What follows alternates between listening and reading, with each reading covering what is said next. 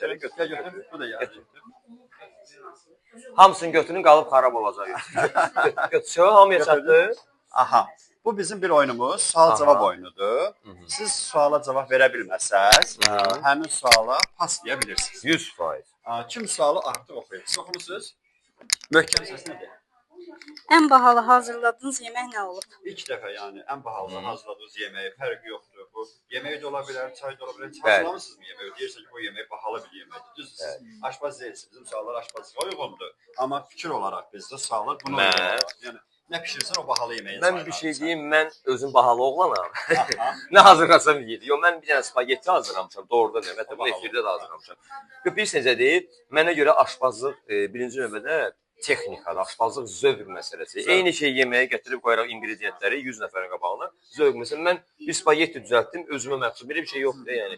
Sındıram spagettini 6-7 dəfə, bu boydana qalır. Nə bilim, qəribə onu bir şprotla əzirəm, yağla, zeytun yağla, pendirlə. Qəribə bir şey alır. O bahalı, bahalı deyən mənəm, amma özümə məxsusdur. Təşəkkür. Sual deyək. İlk işlədiyiniz mətbəxdə mətbəx yox, ilk işlədiyiniz yer hara olub? Bizdə müəllim sualı sizə verir. necə təcrübə qazanmısınız? İlk işlədiyiniz yerdə necə bir təcrübə qazanmısınız? Mən 98-ci ildə plasmas qablar satırdım. O vaxt 14 yaşım var idi. Və heç vaxt bunu özümə ayıb bilməmişəm. Düzdür, maddi imkanımız o qədər də aşağı deyildi. Sadəcə olaraq özüm üçün işləyirdim ki, 11-ci sinifdə daha yaxşı paltar alam. İndi uşaqlar var, atası deyir ki, amma 10 manat ver, yemə qanı yana. Ya mən elə deyildim. Mən yəni o əziyyətlə çəkdim və qəşəng özümə pul qazandım. Və sizə deyim ki, o vaxtın pulu ilə hardasa 98-ci ilin yayında düz Azərbaycan Neft Akademiyası var da, AZ, onun düz qarşısında işləyirdik.